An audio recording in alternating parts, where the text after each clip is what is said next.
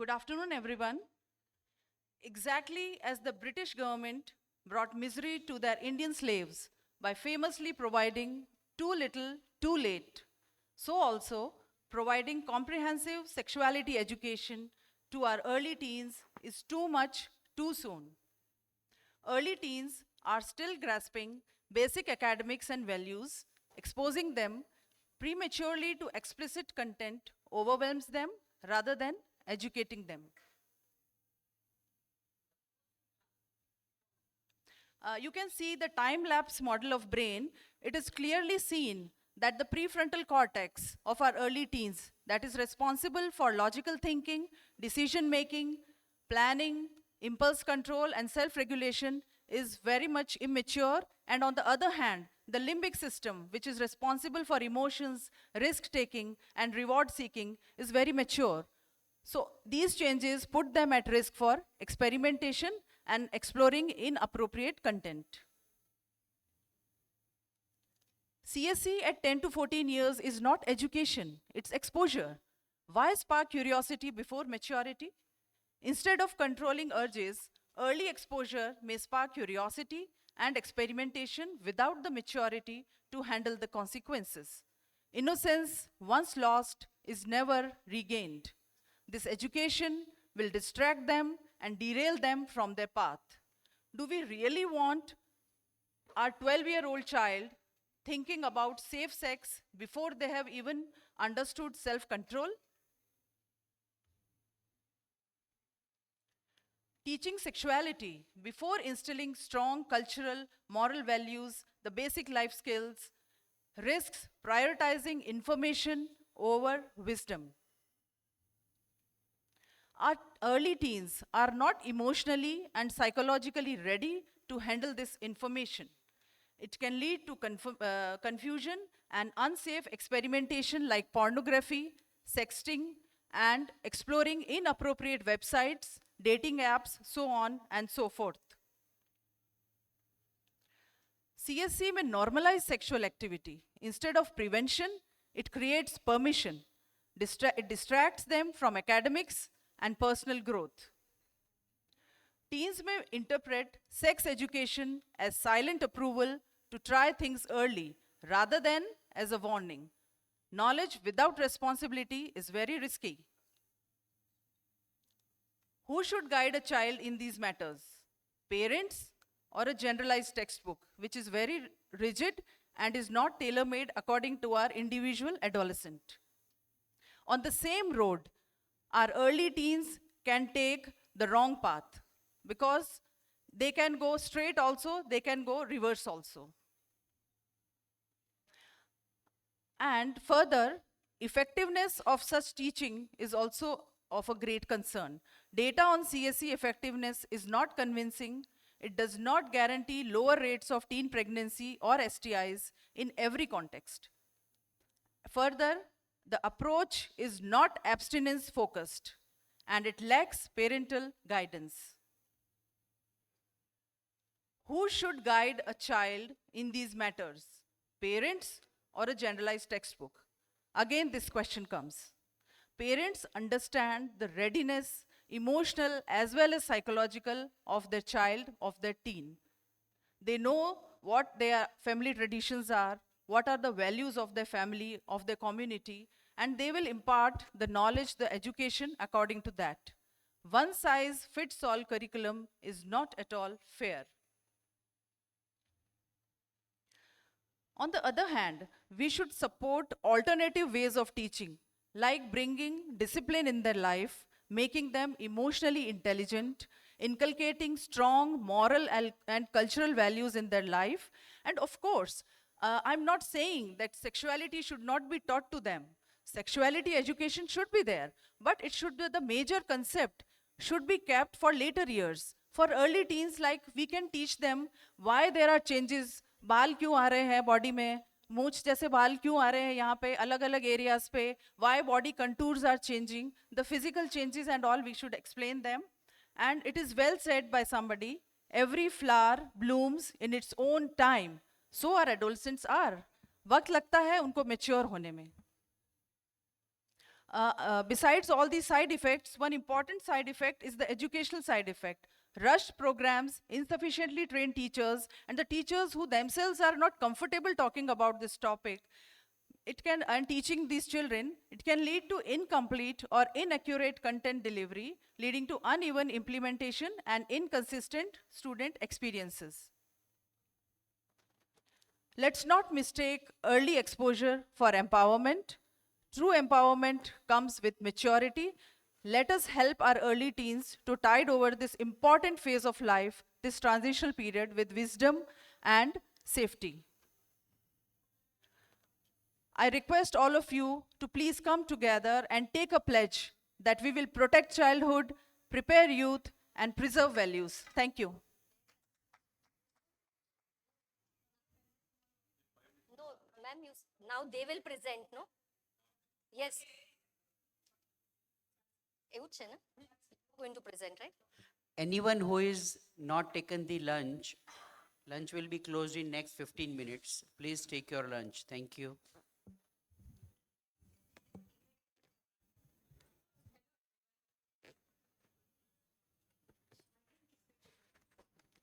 Hello everyone.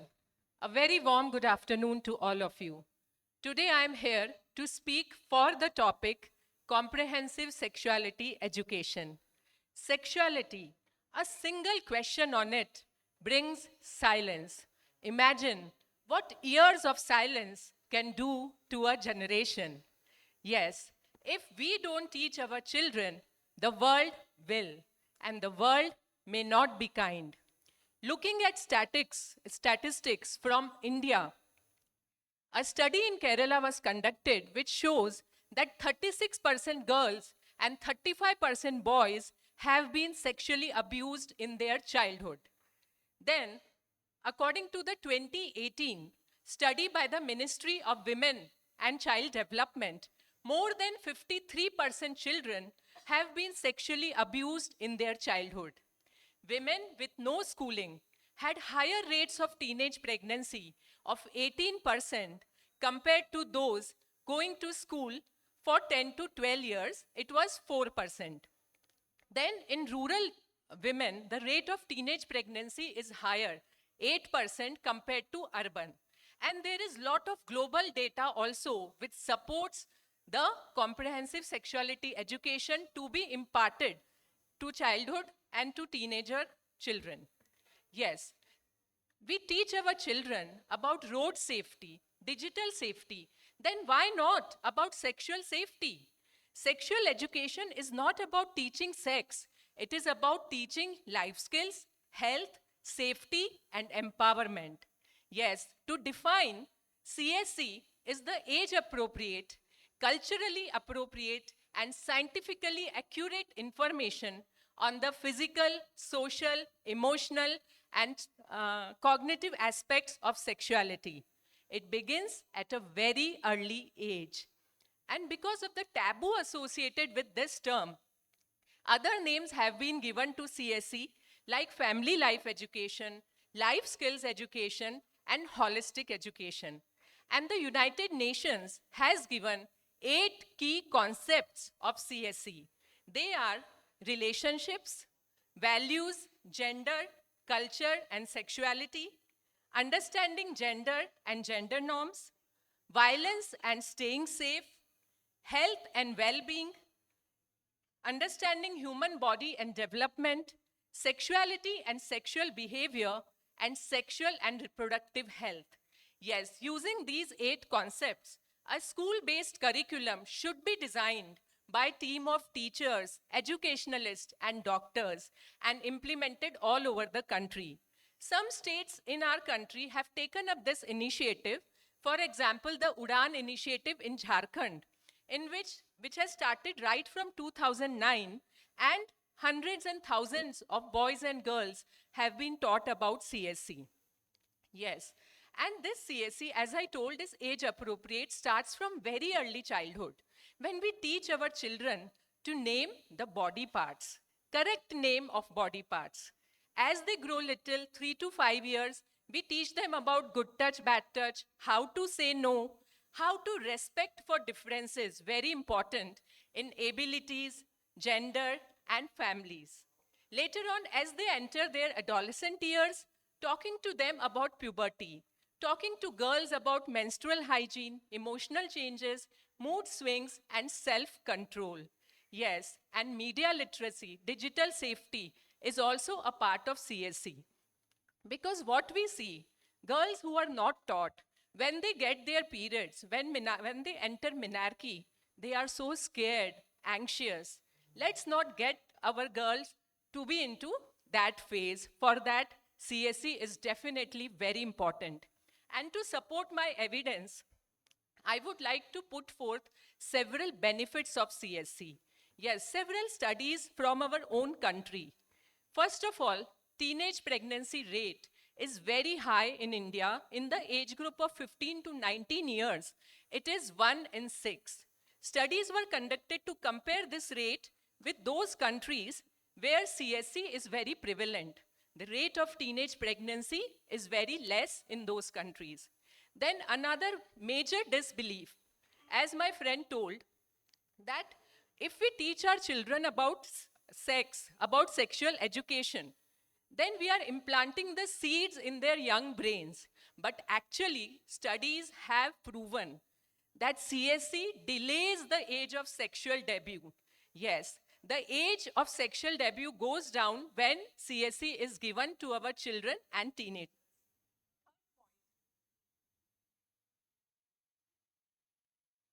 Okay, yeah. Third point, a survey was conducted which has proven that the HIV risk factors come down if highly effective CSE is given. Moreover, children learn their life skills better, they have better relationships. And last but not the least, that CSE, when we impart CSE to children, it um, improves their capacity to fight against abuse. They become less vulnerable to abuse and they get the skills to how to report that abuse and how to react to that abuse.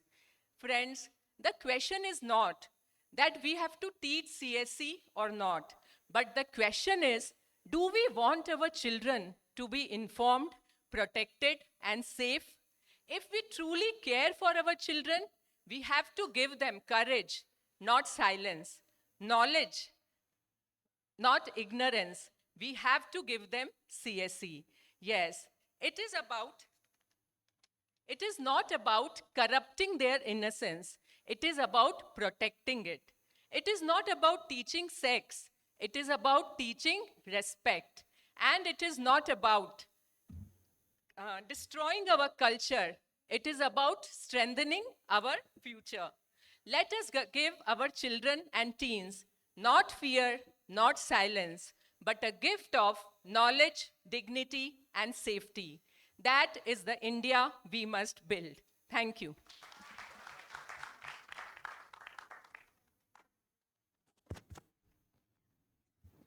Slide changer.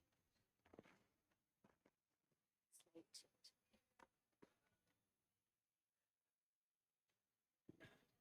चालू नहीं करता कभी.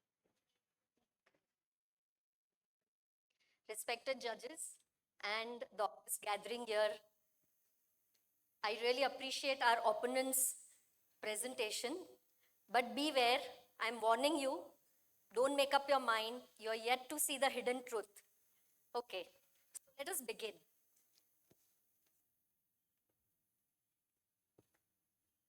Start.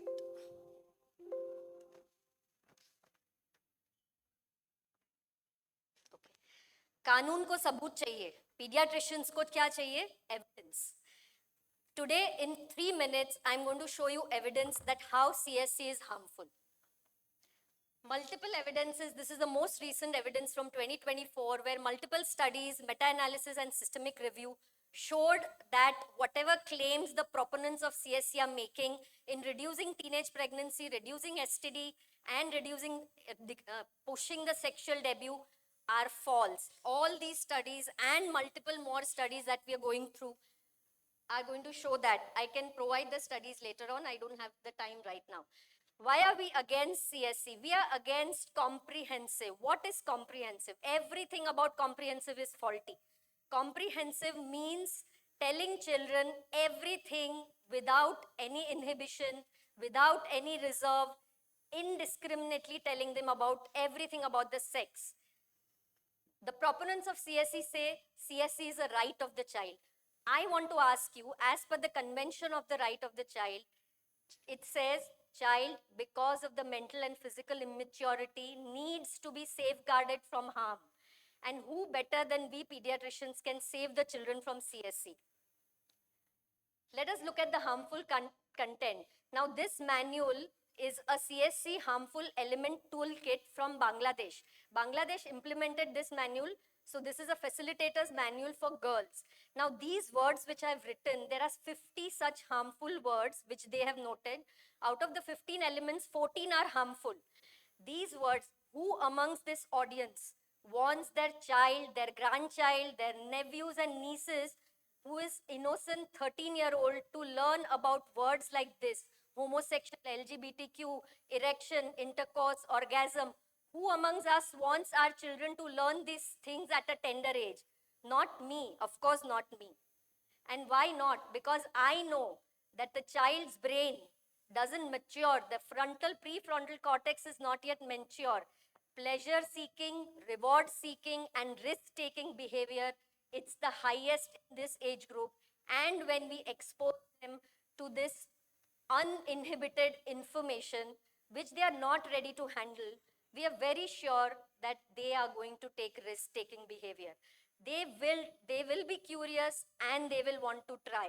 So, पहले आग आप ही लगाते हो. You teach them and then you come as firefighter and you tell them that CSE teaches them about contraception. तो पहले आग ही क्यों लगाई? Let us talk about the execution of CSE. It's absolutely faulty. As Edison said, ideas without execution are hallucinations. These are the studies, one from US, one from Nepal, where impact of inadequate and poorly done CSE has created problem. In Nepal, the implementation of CSE was a problem because of barriers, cultural barriers. Let us look at India's status. We have more than 25 crore students. We have 15 lakh average schools in India, rural and urban. We have 1 lakh schools where there are only single teachers. How is this one teacher going to train? We have teachers who have to be trained. Most schools lack professionals. Most schools and the teachers, even if they are educated, if they are trained, they have their personal inhibition. So they will try to avoid this topic, and the half-baked knowledge is the worst knowledge. Students will get some half information. They will be curious. They'll go to social media and get wrong information. So without proper training, CSE is superficial and counterproductive. Now let us look at the cultural difference. If this picture is seen in West, they will say this is a gay couple. This picture in India means these are or they are best of friends. So culturally, we are totally different. Our culture is very rich. We have very deep wisdom. We have ancient wisdom, and our teaching methods are different.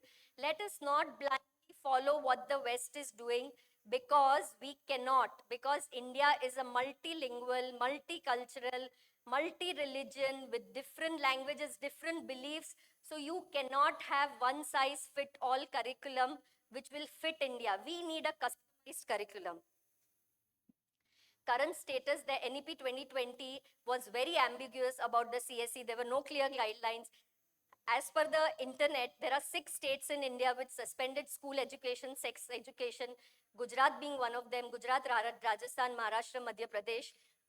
Let us look at the opposition in the worldwide opposition. CSE is implemented in US, and the maximum US opposition we can see. World Health Assembly rejected the language used in the CSE manuals. These are so many. I'm just saying, I have highlighted the states and the cities of US which have opposed. Some people have opposed because an 11-year-old was talked about anal sex. 9th graders were made to read graphic sex poetry. Cartoon with a man with erection was shown to 2nd graders. 1st graders were taught about transgenderism. Is this what we want for our children? No. Because CSE means giving them uninhibited knowledge. So respected judges, I would like my closing argument with this question. In India, we don't let our children see a movie with A rating. Do we do that? We don't. Then how can we let our children who are so innocent learn about this content which is totally adult rated and adulterated? We can't. So I close my argument and I leave it to the wisdom of the judges to decide what does India need. We need age appropriate sex education which doesn't have to be comprehensive. We don't have to teach them the act of sex and the pleasure of sex and talk about the fondling and finger, etc. Those words we don't need to teach them. We have to give them the reproductive health anatomy education. We have to teach them about menstruation. But here in schools, teachers are shy even of talking about menstruation. How are the teachers going to talk about CSE? So CSE can't be just comprehensive. It has to be culturally resonant to our country, ethically grounded and practically feasible. Thank you.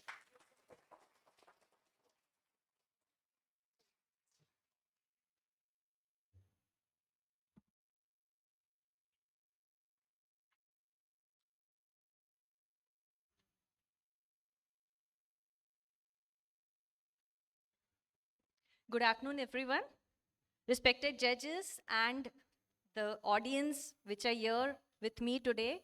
I'm Dr. Neeti Soni, and today I'm standing here not only to defend the implementation of CSE in early teens, but also to defend the very fundamental right of our children, the right to information, the right to health, and the right to life free from violence and discrimination. And why do I say so? When a 12-year-old girl is brought to my clinic with her mother with abdominal pain, and on little gentle probing, the girl tells that the uncle was playing with her and has even threatened that if you tell anything, I'll kill you and your mother.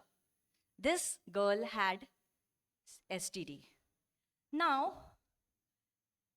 if this girl is coming to me after some time with a pregnancy, and still I say, no, we have to wait, and tomorrow she is going to.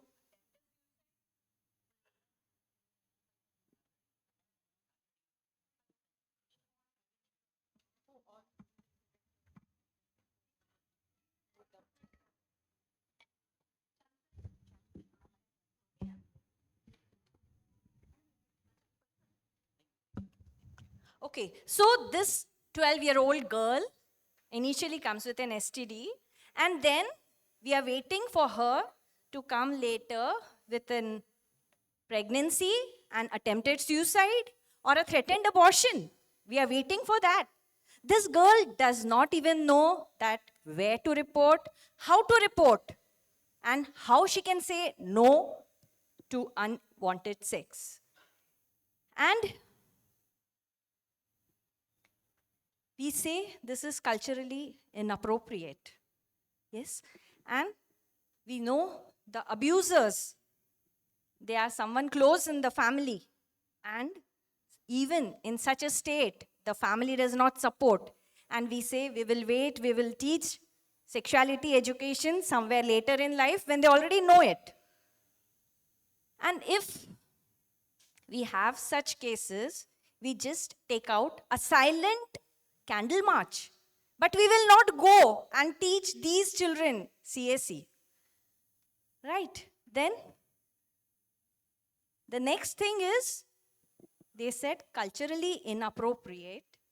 The Kama Sutras, the Khajuraho temple, they are very much from our very own country, and they have since ancient years, these have been different methods of teaching CSE.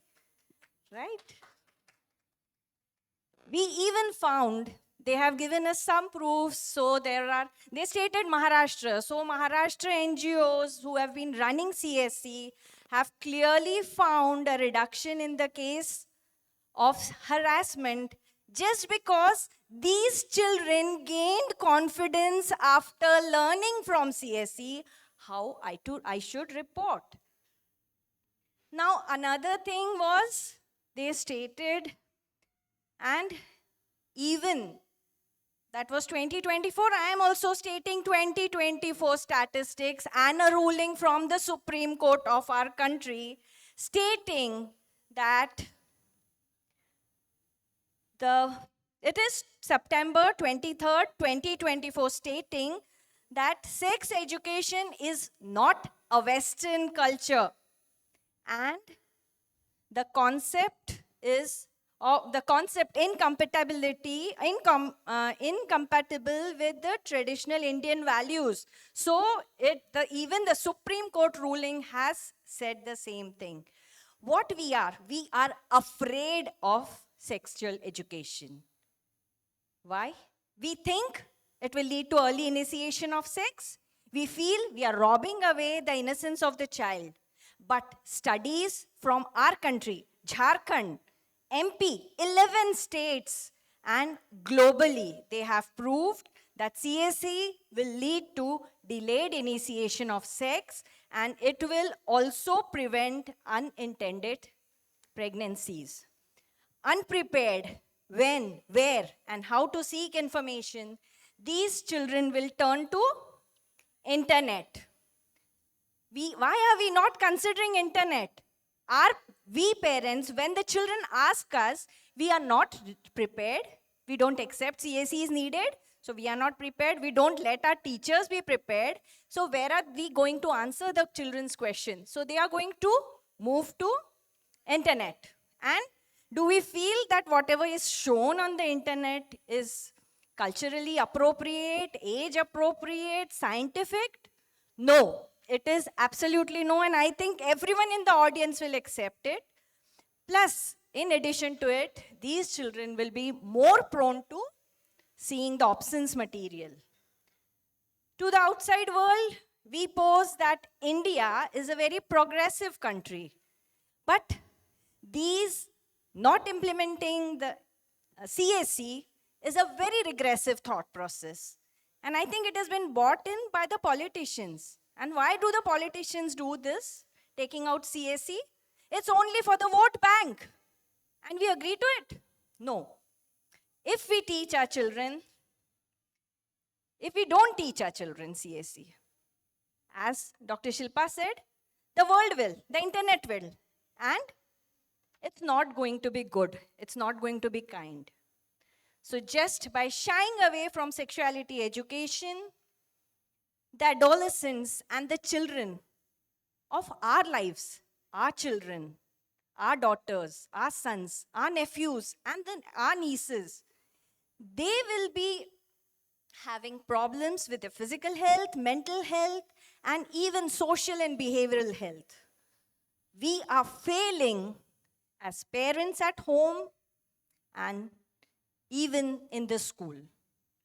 I today stand here very strongly supporting CSE, and I request all of you to be with me. Thank you so much. Thank you.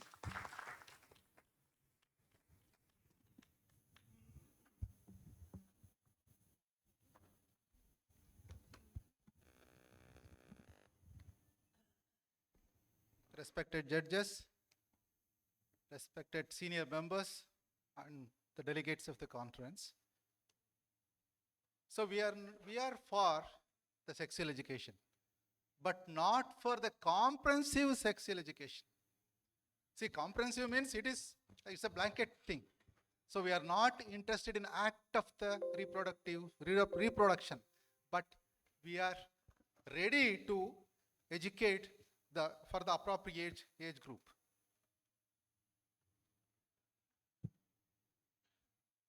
So I join hands with my party, Dr. Kusum and Dr. Hira, who have enlightened us everything about that is the against of implementing a comprehensive sexual education. So should this CS be taught in early teens? See, there are so many barriers, the cultural and social taboos, which are deep-rooted beliefs we have, discussing sexuality, it is very inappropriate or very shameful. You think of our national conference in 2001, Bangalore, father of our adolescent medicine in India, who was speaking on the same issues when 50 of our lady doctors, they walked out. As pediatricians, are we going to accept this CSE first of all? Because we still follow our own cultures. We are not changed so much what we think in the West. And the resistance from parents and community leaders who fear CSE, it can promote promiscuity. We remember, it might promote promiscuity. Then we have to think of the ideological political opposition, where preference for abstinence, the only education in certain regions, it is often driven by the religious and conservative ideologies. So there may be misconceptions that CSE encourages sexual activity rather than promoting safety and responsibility. Lack of teacher training and support. Are we going to cover the entire adolescent population in India as pediatricians, adolescent pediatricians? It is not that possible. We need the support of teachers, social workers, NGOs, and other leaders who are there. But even teachers, are they ready to teach? Because they may feel embarrassed and they may be ill-equipped to teach sensitive topics. Then absence of pre-service and in-service training programs to build confidence and competence. We need so many to train. It is not just implement comprehensive sexual education just like that. And also we need to know about the inadequate curriculum and resources. There is outdated and incomplete materials that fail to address the modern challenges like consent. See, consent for sex. Now it is being argued that it should come down to 16. If you give this CSE, definitely in course of time, the consent of sex, our courts may bring down to 12 years, 14 years like that. Can we just implement like that? We should be very much careful. And the limited access to learn-centered and age-appropriate content should be there, but are we ready with this comprehensive sexual education, what we are there? And also, what about this LGBTQ students? Are there any, this one mentioned about CSE, how to teach them. I was just going through the deviants, the deviant behaviors. There are more than 10, 15 gender identity problems which is happening among the youngsters and adolescents. Can we cover all of them? So there is a lack of inclusive language and representation in teaching materials in different languages. And how are we going to cater rural, semi-urban, urban students? And also structural institutional challenges. There are no dedicated space. First of all, we don't have classrooms to study in some of the rural areas. How are you going to dedicate a space in schools to train them with this CSE? And also poor money, how are you going to monitor them who are training them? You think of NGOs. When we started with this sexual education became family life education. We avoided the terminology sexual. We were telling it family life education. All of us, many of us know. So we were not using this terminology. We were hiding this terminology. Why suddenly this comprehensive sexual education has come into the picture now? So another thing, if it goes to the social media, so if you think of this, all this, whatever the social media giving on the Kama Sutra condoms, you see, they are showing it as an act of pleasure, not as to prevent the pregnancy and prevent any sexually transmitted diseases. That one we need to keep in mind when do it. Are we ready to tell them, impart this knowledge? It is not that easy. So we are for the sexual education, but it should be properly, it should be done, and it should be age appropriate, and all this should be taken into consideration. Sorry to interrupt, sir. I request all the speakers to be crisp and clear in their sessions, in their speech. Yeah. We are running short of This time. is what sir. the thing I want to express. So I join hands to be the against for CSE. Thank you.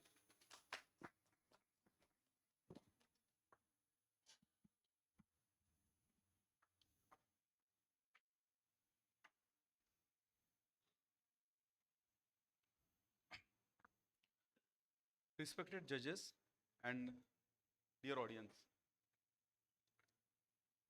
I would like to first thank the organizers for introducing this topic to this session. So I would like to share a story means real incident which happened with me. My sixth standard daughter, in her class, the teacher told, open the book to page number 69. And after that, the whole class, many of the students in the class started laughing. So she did not understand what happened. She came and asked him. So why did they laugh when teacher told to open page 69? Now, if I don't address this question with her, where do you think she will go and find the knowledge about this? So this is a fact of life which we have to address. All these taboo things are for a generation which was there, who got their knowledge either from their friends or elders. This is not that generation. The coming generation goes to internet, and the source of knowledge is such obscene that you may not know what your child learns. Most of my opposition panelists have actually not gone to schools. Please go to schools in standard 5th, 6th and ask them questions when we take sessions. We do not tell anything about sexuality. We just tell body changes and ask questions from them. And 10-year-old, 11-year-old ask about masturbation. They are already knowing that. You cannot prevent the knowledge. The knowledge is there. If you don't give correct access to this knowledge, they will get this knowledge from an very dangerous source, and it will not see culture, it will not see, there will be groomers who will be connecting with your child, and this is beyond urban or rural divide, it is a fact. We speak about the demographic dividend of India, that we have the youngest population in the world and working population for which India is going to progress. Unless we equip our young children to handle this all online pressure, the knowledge, they cannot handle sexuality knowledge from internet, how are they going to progress in this world? We are speaking about comprehensive education as if we are going to speak about only sexual actions. If my fellow panelist has already elaborated what comes under comprehensive sexual education, and making it age and culture appropriate is a part of it. All the restrictions which they have brought, that there are lack of resources. A country which is planning to build bullet trains cannot complain about lack of resources for comprehensive sexual education for our students. There are drawbacks, I know, but we can create centralized programs. We can have online resources to help our teachers. We can create good information material which can be used at culturally appropriate setting. Probably a rural setting culture videos or online material which helps the teachers will be separate from the urban setting.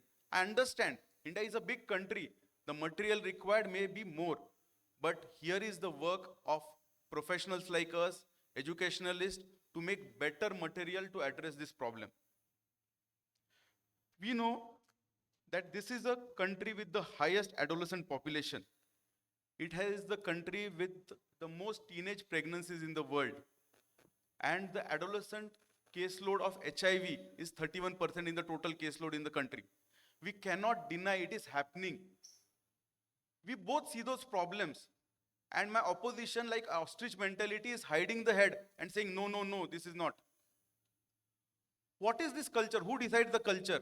70-year-old, 50-year-olds who have been brought up in a different cultural milieu and norms, or the people who have to actually live after 10 years, 20 years and face these situations? If we have any doubts about it, please create better evidence. This is the only place in a medical conference where I am hearing that prevention is not better than cure. Let it occur. We will not prevent.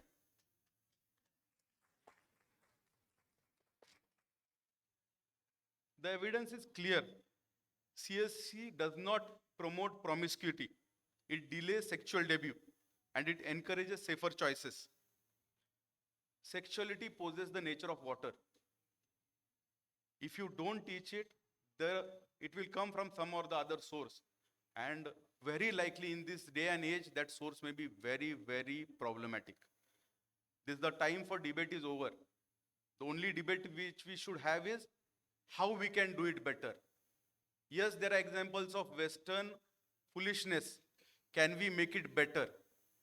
Yes, there are examples of people travesting the boundaries. Can we make it more watertight? The question is not yes or no. Question is how. Thank you very much.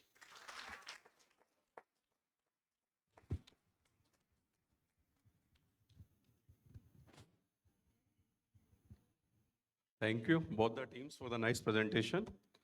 And I think we just heard an important debate on whether CSE should be taught in early teens. In India, I think it's always a debatable issue, especially if it is for early teens. The team on the left side who favors this imparts correct knowledge, prevent myths, keep children safe from the like STD and other early pregnancies, and healthy transition to adulthood. And the team on the right side reminded about cultural sensitiveness, child's readiness, and the risk of misunderstanding and importance of family and social values. I think this is not about the winning or losing. It is about the learning from each other. And our common goal should be to protect the adolescent, to protect our physical, mental, and emotional health of our adolescents. So, what I can, key takeaways I can say, that it should be age appropriate, culturally sensitive, and scientifically accurate. The parents, teachers, and health workers, and all the Indian government programs they should be strengthened so that our adolescent can learn. The aim is not to impose, but to empower adolescents with knowledge, values, and skill for safe, respectable, healthy growth. So in the end, I will congratulate both the teams. And I think whether we are for or against, but for one thing, everyone will agree that our teen need guidance, not guesswork. Thank you. Yeah, good afternoon, everyone. And I think Dr. S.P. Sethi has compiled reasonably well. You see, for against the all the three speakers had few scientific reasoning behind it. But now, and same was the scientific reasons and even data for the people, for our speakers who said for. Now the basic question which we all need to answer and which we all think, one thing is for definite, that education finally empowers. Now the basic discussion is that what this word comprehensive should encompass.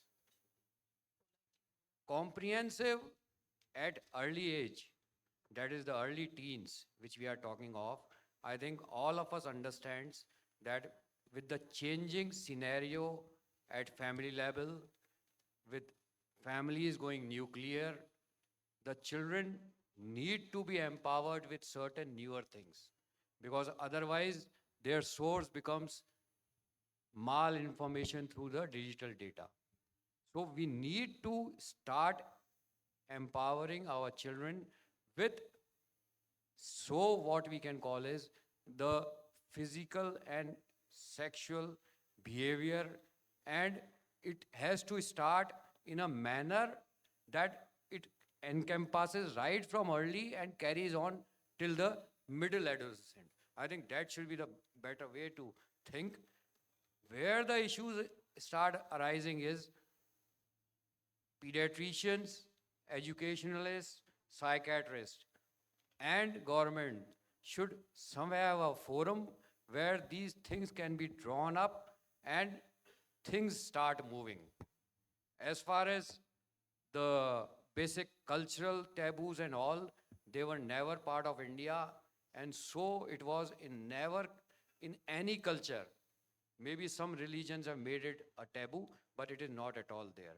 And third part, which I think, which is which is an important issue, and I think which we all need to think and handle, is that LGBT and all other sexual behaviors, which few generations and few countries may label it improper, but as far as psychiatrists and American Psychiatric Association goes, they only have labeled them as a slight sexual variant. It is not even a deviant or a disease. So I think we need to further move upon. And as you people have also said, that comprehensive word, what it should encompass, that we should think over. Thank you. Thank you very much. Thank you so much for aptly concluding this session on important topic of CSE.